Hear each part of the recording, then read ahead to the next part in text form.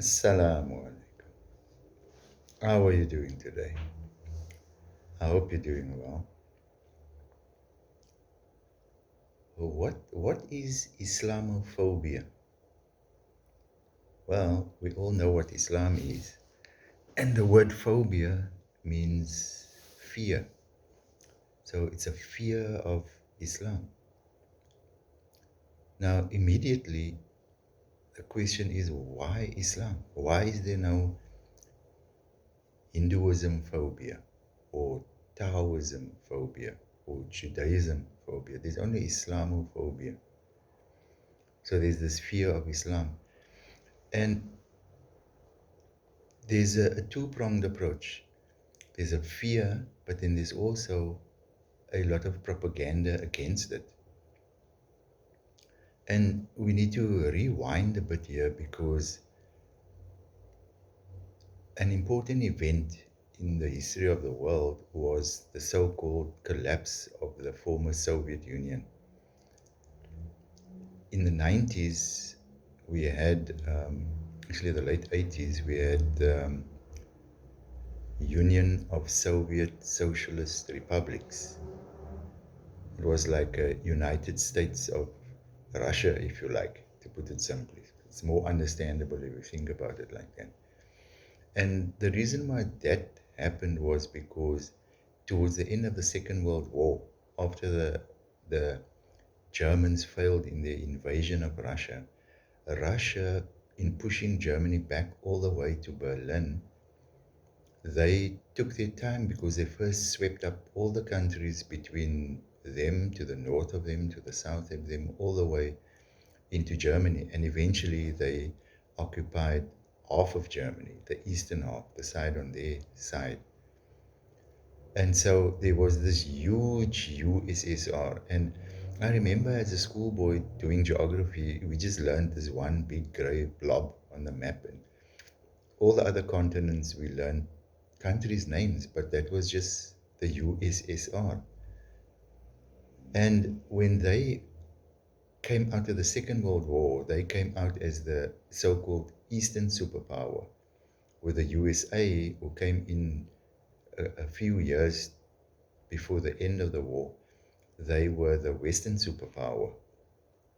So when the Soviet Union fell, the USA needed another enemy because that was how they operated and that's how they still operate.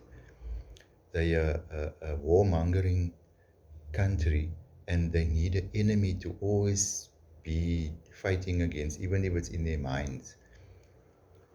And so they actually announced that they are deciding between China and Muslim terrorists who's going to be the enemy. And then a few months later, they announced that their new enemy, they're going to be fighting uh, terrorism. And it turned out to be only Muslim terrorism because apparently only Muslims are terrorists. Now, I don't want to get bogged down in terrorism and what all that is about, especially Muslim terrorism.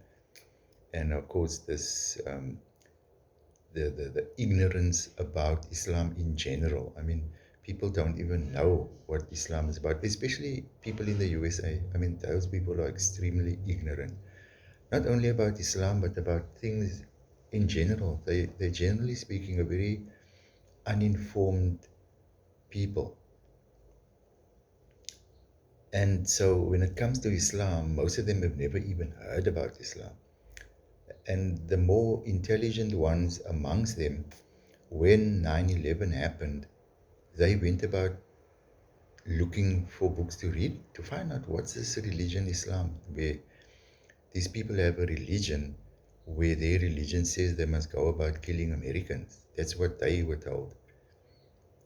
And there were a lot of reverts to Islam after that um, because there's a lot of ignorance. So as soon as people learn about it, then they become Muslim because they find that it's the truth, it makes sense, it's logical.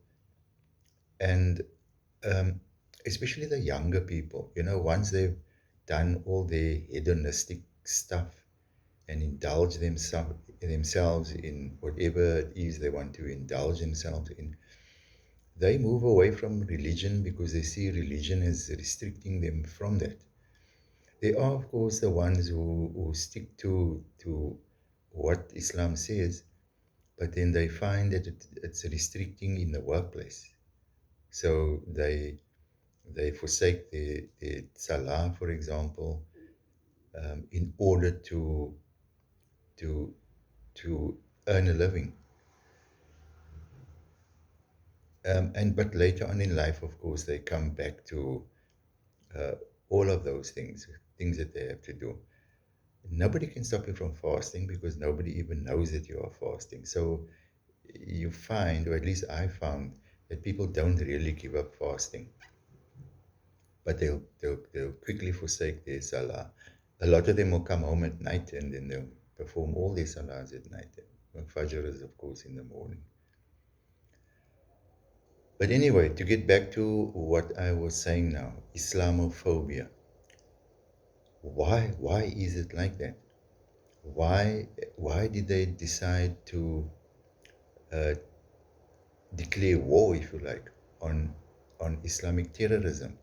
And it's not only terrorists; they are actually painting a very negative image of Islam, but using terrorism as an excuse. And George Bush actually came on television, and he said, "Don't worry, it's not. We are not against Muslims per se. We are against the terrorists.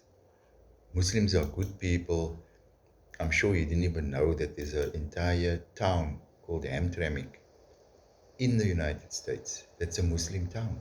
That is the most of the people that live in that town are Muslim, all from other lands, of course, but it's a Muslim town. I'm sure he did. I wonder if he even still knows it. Now, if you look properly at the rest of the world, if you exclude Europe and America, where there are large amounts of Muslims. In fact, in most countries in Europe and in the United States, there are more Muslims than there are here in South Africa. And we are on Africa, at the southernmost tip of Africa. There are more Muslims there. So it's a lot easier to homogenize us here, and boy, are we becoming homogenized. Um, the system is set up in such a way that our women are being chosen before the men in terms of jobs and vacancies. And so there are a lot of those amongst us who do go about looking for jobs, who don't have their own skills and who don't have a trade where they can do their own thing, which is our tradition, if you like. So they end up looking for jobs, they can't find jobs, or when they do find jobs, then they find themselves being oppressed in terms of their religion. They get mocked and they get called names and all those kinds of things. And so if your iman is not strong, then you're gonna give in to that and you're gonna become a nothing, which is what Christianity has become. In spite of all this Islamophobia, where they're basically afraid of the world becoming Muslim. Look at the countries in Europe that's talking about keep Islam out or stop the spread of Islam. Why Islam? Why not other religions? And if they say that Islam was spread by the sword, then why are people not running around now with guns and putting guns to people's head and making them become Muslim? Why? It's all part of the propaganda to make people think that Islam is this violent nation. Doesn't make sense. I mean, the Mongols, they really battered the eastern side of the Muslim world. They, in fact, invaded and flattened Baghdad, which was the center of the Muslim world. Flattened it, flat. Houses, they killed cats and dogs and everything, children, babies. But yet, not too long afterwards, the entire Mongol empire became Muslim. All of them. Why? Uh, How is it that they conquered the Muslims with a sword, by the way, but then they became Muslim, and the Muslims never reconquered them? The Muslims never put swords to their heads and made them become Muslim. So, the world today is being led by stupid people, uninformed people. As long as you have the desire for money, then you can become a leader in today's world. That's all you need. You don't need to be educated. You don't need to philosophize. You especially don't have to have morals. You mustn't have morals because you can't participate in all the shenanigans that go on if you do have it. So that is why Islamophobia. The mafia can't come into a country if it's a Muslim country because people are not interested. It's an indictment on the human race that they would actually try to force others to go in a direction which encourages their destruction, our destruction. I can see us heading towards destruction. Yeah, we're slowly going that way.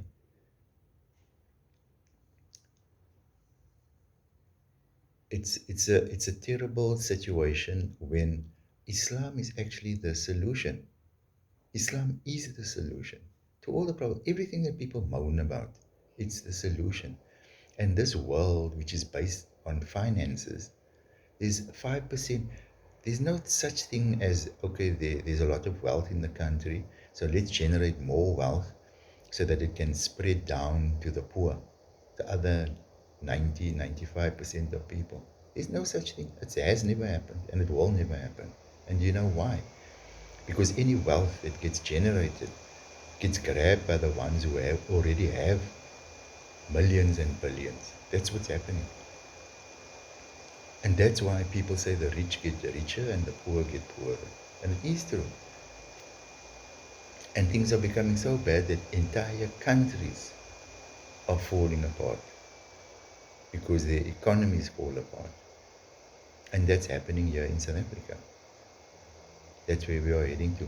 And I don't know, maybe that's a good thing. Maybe we all have to become poor again so that we can realign our thoughts and our ideals, and all this about all these strange laws can just get changed. They are getting changed, but they're getting changed for the worse. And whether South Africa will go back to religion, which was associated with apartheid. In fact, religion and apartheid, Afrikaner Christianity, if you like.